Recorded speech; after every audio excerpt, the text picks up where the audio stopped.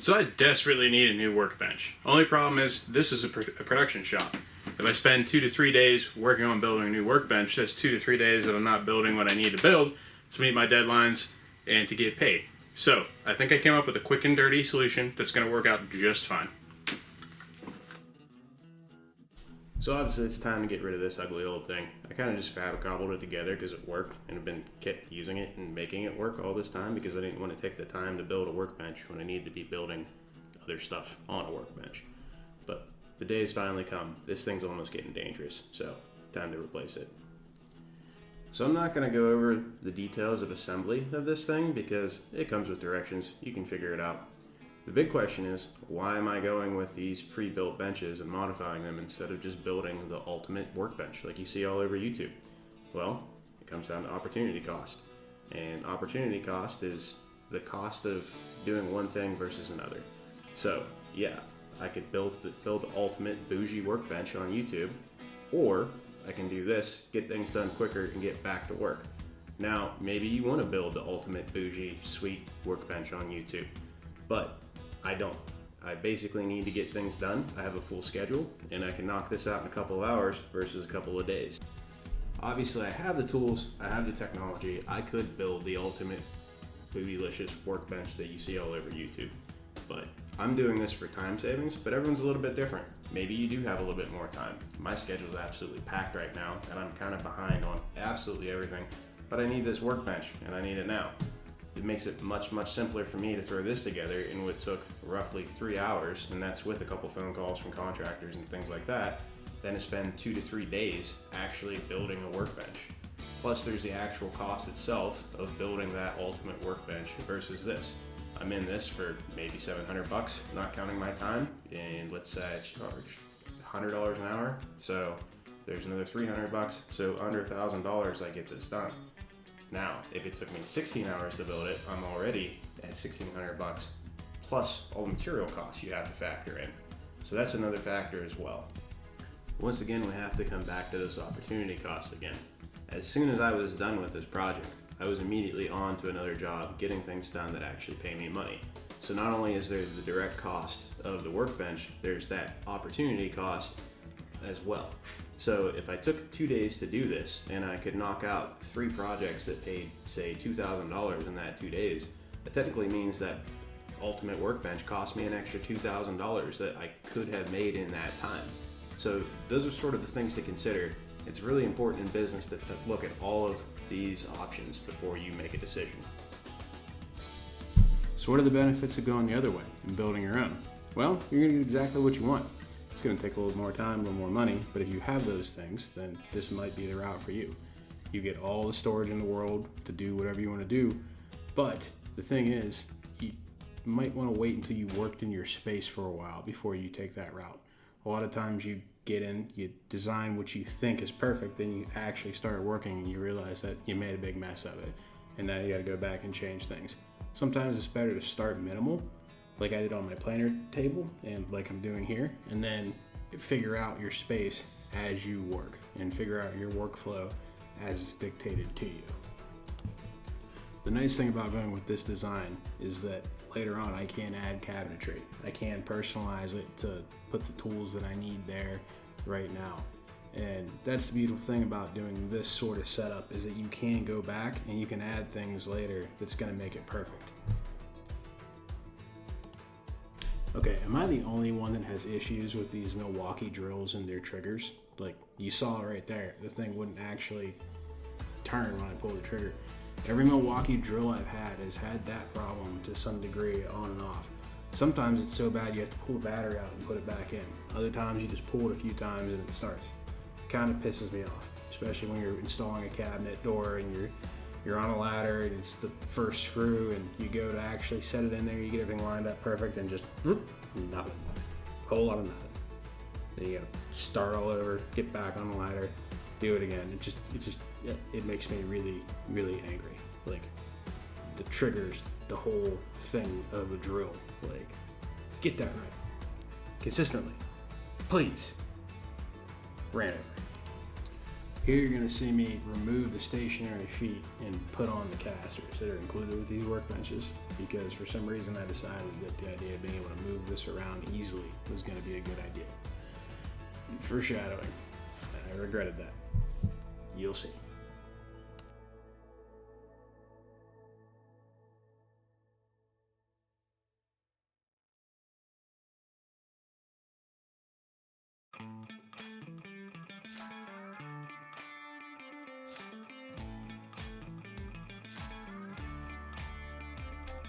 One of the most complicated parts of assembly here was putting these drawers in. It absolutely made me feel like an idiot.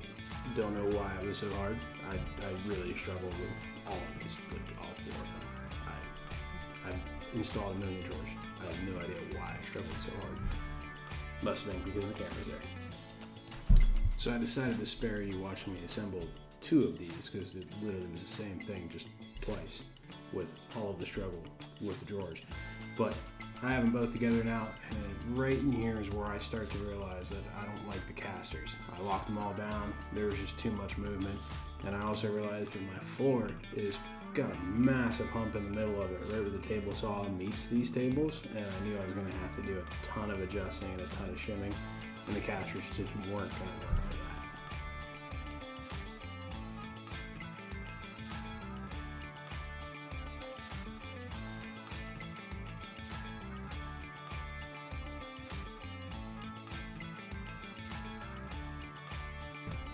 So I went ahead and swapped the casters out and put in what was already there. Massive waste of time. Not too happy about that.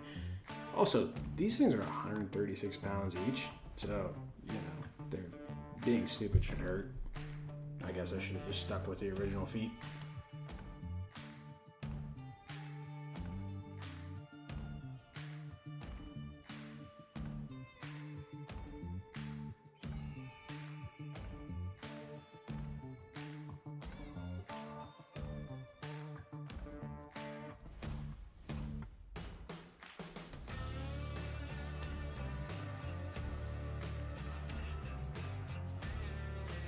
So through the magic of editing, my old workbench is gone. Little sawzall, little circ saw, little pry bar, little just keep the thing out of there.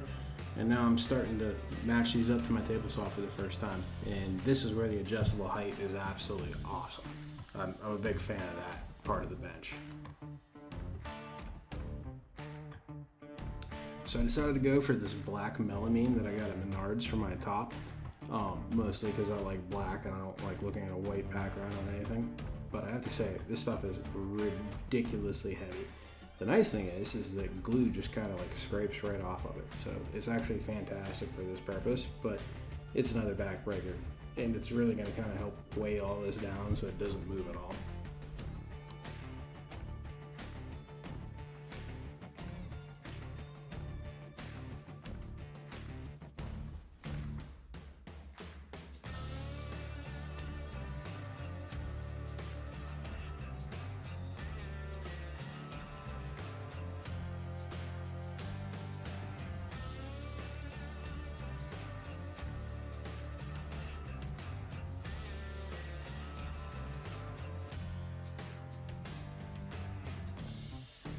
So I actually ordered the shorter benches, and I did that with the intentions of having this plywood overhang, and I could reinforce it, I can put my vise in there, and I can build cabinets later that would tuck underneath. I didn't want to go with a full 8-foot bench again because that was just kind of a nightmare.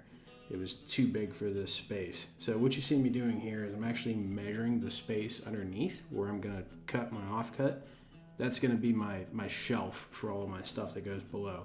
Then the remainder is just going to be the length of the bench. It's just how it's going to play out. So I'm 6 foot tall, and I figured out that the perfect height to completely rip a piece of plywood in half with a track saw is like 6'3". I'm just barely too short.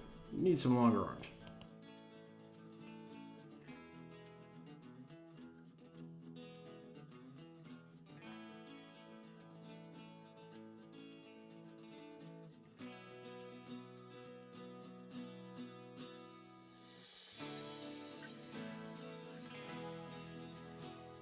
So the big thing now is just getting everything where it's on the same plane. You want the top to be level with the track saw, That way you don't have pieces trying to climb up on you as you push them off or fall down.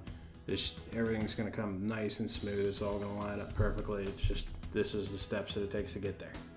This is also the most important part of the entire project. If you cut corners here and it doesn't come out right, you're really going to have nothing but issues and you're going to regret everything. Take the time, do it right, get it perfect.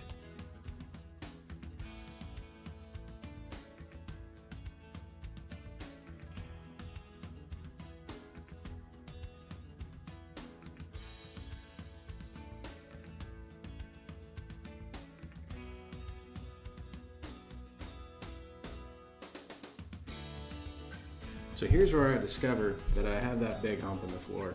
I knew it was there. This building's not on like a traditional foundation. It's kind of an Amish built roll-off sheds that they bolted together. I had them build it to my specifications. It was way cheaper than building it myself, and honestly, I don't regret doing it at all. But there are some flaws that come with it.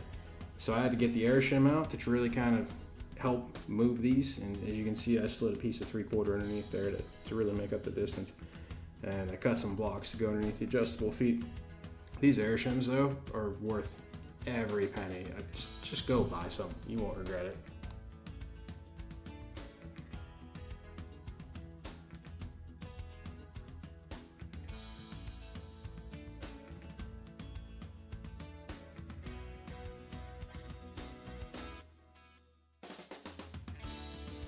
So now just to fasten the top to these benches, all I'm doing is countersinking some holes and putting some screws in there. I don't want to glue it or anything because if it gets too beat up, I can always flip it over later. Also, this is going to keep the two benches kind of together where they can't separate, they can't move around. It just adds a lot more rigidity to the entire system.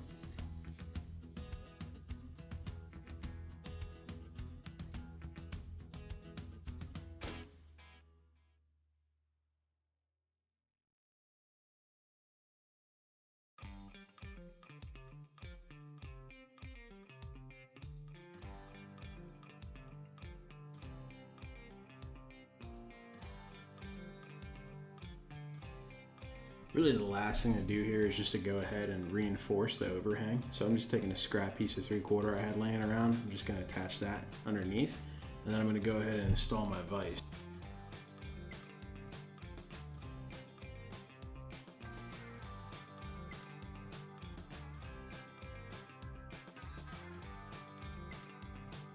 So I've had about a week to actually work with this bench in the shop now since I built it and since I got around to editing this video. I have to say I'm extremely happy with it. My only knocks against it are the drawers are they're really kind of too thin. They're more for wrenches and maybe some sockets. So a lot of the stuff I was hoping to put in there, I wasn't able to. There's plenty of room to go back and add cabinetry underneath for my more important tools that I want at arm's reach at all times. And the other big knock is underneath it, I have to kind of fill these gaps in because I've dropped some stuff that end up right in the middle underneath that sheet of plywood, and then you're fishing them out. It's just, you got to do something with that. Otherwise though, these things are really heavy duty. I'm really happy with them. I'm really happy with the whole bench design, and it's made life so much easier in the shop already.